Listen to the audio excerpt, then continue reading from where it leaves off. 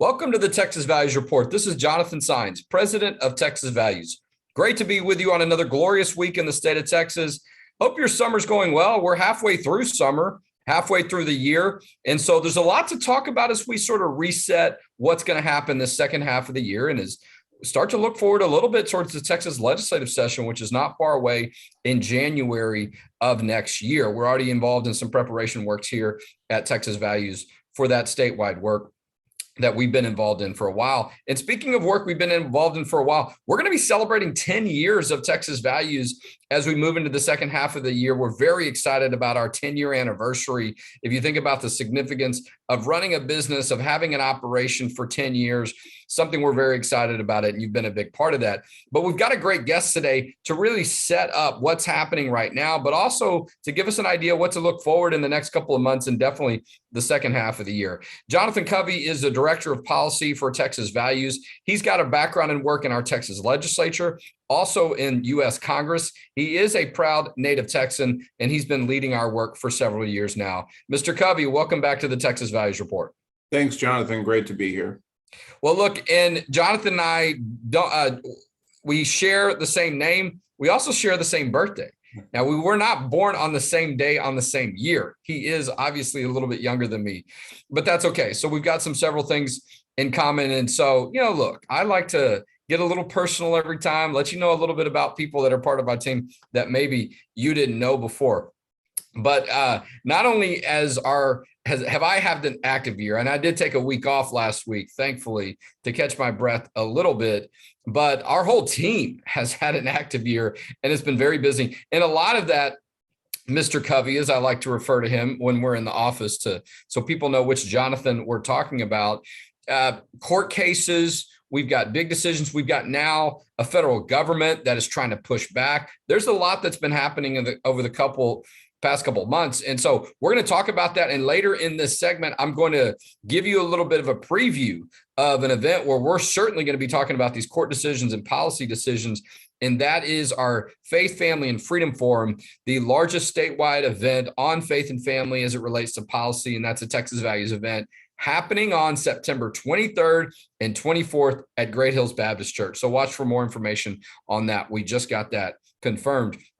But Mr. Covey, let's talk about some court cases. I mean, first of all, there's still a lot of attention around what happened with the Roe versus Wade decision being overturned. This is out of the court case of Dobbs v. Jackson out of Mississippi. I mean, we're 3 weeks since that court decision, 2.5, 3 weeks since that court decision, and a lot is still being made about it, and a lot of pushback by the federal government, the Biden administration, and others, people looking for different ways.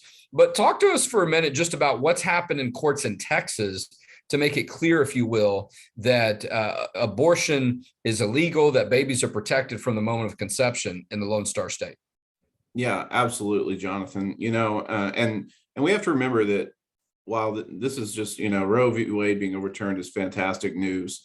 And our goal is to save lives, not just overturn Roe. And here in Texas, we've continued to work towards doing that on some of the cases that we have seen. One is involved the Texas Heartbeat Act, which we've seen has been upheld through down to 5 to 6 weeks gestation. We also have seen not just to 5 to 6 weeks. I mean, the courts upheld a complete ban. Yeah, well, that's true. A complete ban on abortion. And we've seen this as a legal battle playing out in Texas as well with Harris County. There was a lawsuit filed in Harris County by abortion providers saying, hey, we don't want, we think that Attorney General Paxton is trying to enforce statutes that were on the books that were banning abortion before Roe was passed. And now that Roe's overturned, he's trying to come back and make those spring back into action and active enforcement. Law was filed in Harris County. It went up to the Texas Supreme Court, and the Texas Supreme Court said, no, you know what?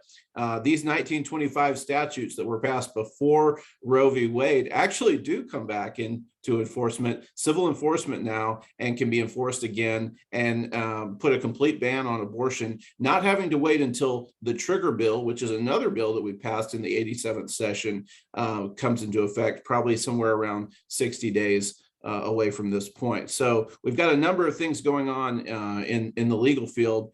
And our goal, is to recognize, like the Supreme Court did, that life is a human right. I think in the immediate aftermath of a lot of this is just going to involve a torrent of litigation, and is going to be focused on challenging things like the trigger law, the Human Life Protection Act, which is what we have here in Texas, already on the books, that says that abortion is illegal through all 9 months of pregnancy. And beyond that, I think we have to be proactive in ensuring that all preborn babies are truly safe.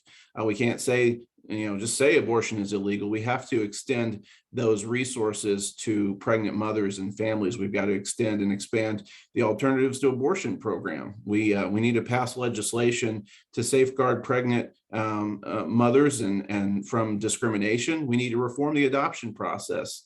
So a lot of work to be done ahead, and the fight just continues. Well, look, and it's great to be in a setting where Roe v. Wade is behind us, right? We're post-Roe, we're after Roe. We're talking with Jonathan Covey, Director of Policy for Texas Values and Texas Values Action, a little bit about just some commentary of what happened with the Roe versus Wade decision, the court overturning Roe versus Wade in the Dobbs v. Jackson case, but some things that have happened after that. There's been some challenges to stop enforcement of some of our state laws. Those have not been successful. We've got a great blog post on our website about this. Go to txvalues.org. And if you want to find out how pregnancy centers can get connected, or you can get connected with information to support women and babies through this process and thereafter, check out our website, texasheartbeatlaw.com. The website is dedicated primarily to the Texas Heartbeat Law, which is also still in effect and providing protection and civil enforcement and holding people accountable. There's also a link on there where you can put information in to find out the pregnancy center in your area and how you or somebody you care about can get support. So, and I want to share this. If you're watching on Facebook, I know we're now on Spotify, we're on iTunes, we're on the radio in Dallas and in the Austin area. And I lost track of the different formats that we're on. I think there's a graphic up on social media where you can see all of those, and we'll put that up on Twitter and Facebook. But I'm gonna share this right now on my Facebook feed, because we're less than halfway through our time together in this weekly segment of the Texas Values Report, and a lot to cover. I mean, look, I mean, if there's anything that is, would likely get the amount of attention that a Roe versus Wade case and the decision, and I'm not saying it was at that level, but certainly got a good bit of case, is when you talk about faith and football. So right before the end of the Supreme Court's term, the Monday after the Supreme Court ruled on Roe versus Wade in the Dobbs v. Jackson case, they also came down with a ruling in the case of Coach Joe Kennedy. This is a football coach from the state of Washington who would regularly take a knee and pray on the 50-yard line after the football games where he would coach. And I believe it was at the high school level, just on his own. Other people started joining him, and it just became this thing. And he was told he had to stop doing this voluntary prayer, or he was going to get fired. And they did. They fired him. He was out of a job. Case was moving for 6 or 7 years. Supreme Court said, you can't do that. It's unconstitutional. You violated his free speech. You violated his religious freedom rights. I mean, look, it's common sense, right? But a huge victory for voluntary prayer, also for football fans, because this did take place after a football game, and there's been a lot of history of that as well. But the main lawyers for Coach Kennedy are out of Texas. This is First Liberty Institute, Kelly Shackelford's group. Many people know Kelly Shackelford is on our board. Texas Values also submitted a legal amicus brief in support of Coach Kennedy at the U.S. Supreme Court in this case, giving us an opportunity to celebrate having some role in support of this outcome, but a huge victory for voluntary speech. And not only that, a restructuring, and we don't have to get into all the details of this, but a restructuring of the precedent and how the Supreme Court is going to analyze free speech and religious freedom cases moving forward. So, you couldn't ask for a better final week, if you will, or final 6 or 7 days of Supreme Court opinions at the end of June. And, it overshadowed some stuff that we often see in June. And, we were very encouraged, but that's going to provide a lot of value as we move forward.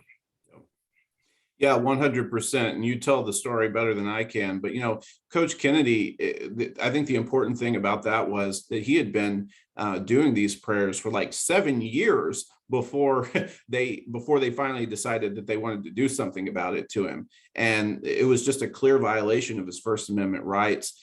When people asked to join him, he would say, "Hey, this is a free country. You can do what you want." And some students, they joined him, and other students, they didn't. But then when the school demanded that he stop, he refused and he got fired. So this was a great victory, and we rejoice because freedom of speech is such a foundational principle and right under our Constitution. But such a great victory going into this. Well, look, I have a son that plays high school football, and you don't have to be a parent to sort of have an appreciation of just about all athletics, not just football, but particularly, the way we see how aggressive football can be, the intensity that can be there. There's a lot of reasons why people pray before and after games, right? To get prepared, to ask for protection during the game so there's not injuries. And then after the fact, to give thanks for a great game, good effort, and so on. And I think it's a good way that people show that can foster an environment of sportsmanship, right? It takes away a little bit of the focus from self and puts it on God, or puts it on, a higher power, as some people might say, but it takes the focus away from self and to others. And so, those are some principles that are in play here when you see this.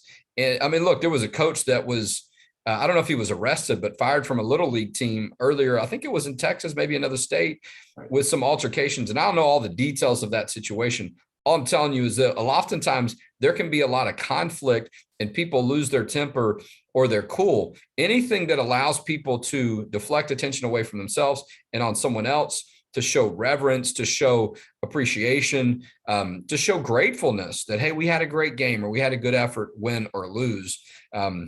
But there's been a lot of history in that.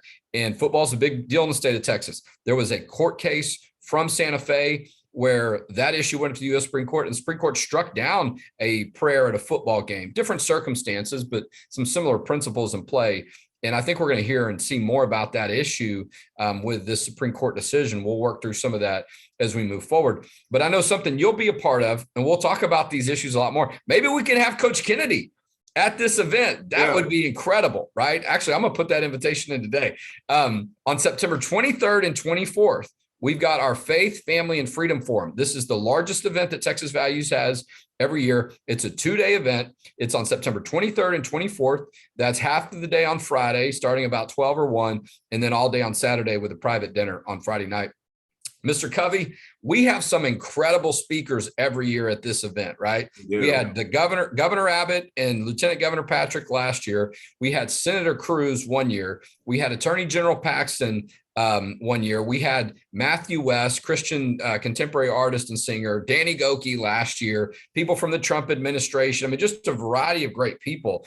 And, that sets a high bar. But this is our 5th year to have it. And, I imagine we're going to have some special people this year, too, and get into these important issues. I really think we are, Jonathan. One of the things I enjoy the most is hearing from the policy experts that are able to come and, just really give a very in-depth analysis. We've had a couple of past policy forums where we've had experts on different policy issues. And one of those issues, just to kind of give you a little bit of a sneak peek into what we're probably going to be talking about, at least one thing, is the gender modification issue for minors, right? Because look, we're going to be continuing to work on this issue next session, protecting children from harmful gender modification procedures and treatments. And we know that the medical research says that minors don't have the critical thinking and the decision-making skills that are required for long-term understanding of the ramifications of these types of things. That's why in the United Kingdom and in a lot of European countries who originally led the way in promoting these types of therapies, they're now pulling back and banning doctors from having anything to do with them. We also know that it's one of the top legislative priorities for conservative Texans, and we know that restricting these procedures And subjecting healthcare providers who provide these procedures to liability is probably the most narrowly tailored and effective approach to avoid unnecessary harm for children and for families. So we worked on this during the 87th session, and I think we have even more momentum going into the 88th. No, well, you're right about this being a legislative priority to ban gender modification and transition surgeries and procedures on children. We worked heavily on that issue at the Republican Party of Texas State Convention. We really haven't had a chance to talk a lot about sort of what we did and what happened at the convention, because right after we got back from convention, the Supreme Court overruled Roe versus Wade. So that has taken a lot of our discussion, but you're absolutely right. We're going to be working on that issue. And look, there's been a lot of discussion over the past couple of weeks about these issues related to that. The Biden administration has put out new rules for Title IX as it relates to, definitions and classifications for men and women in sports and other issues. I know we pushed back on that with our own press release. We did a press release. The Biden administration's come out with a policy on the issue of medical abortions and prescription drugs to be used for abortions. Boy, that administration has been very active. I know that'll be a topic when we get to our policy forum, but that's something we've been working on right now. As a matter of fact, I think people can email and send in emails to the Federal Register and voice their concern if they think that these are bad policies on Title IX. And also, I think we've got a link on our website, an action alert on this issue.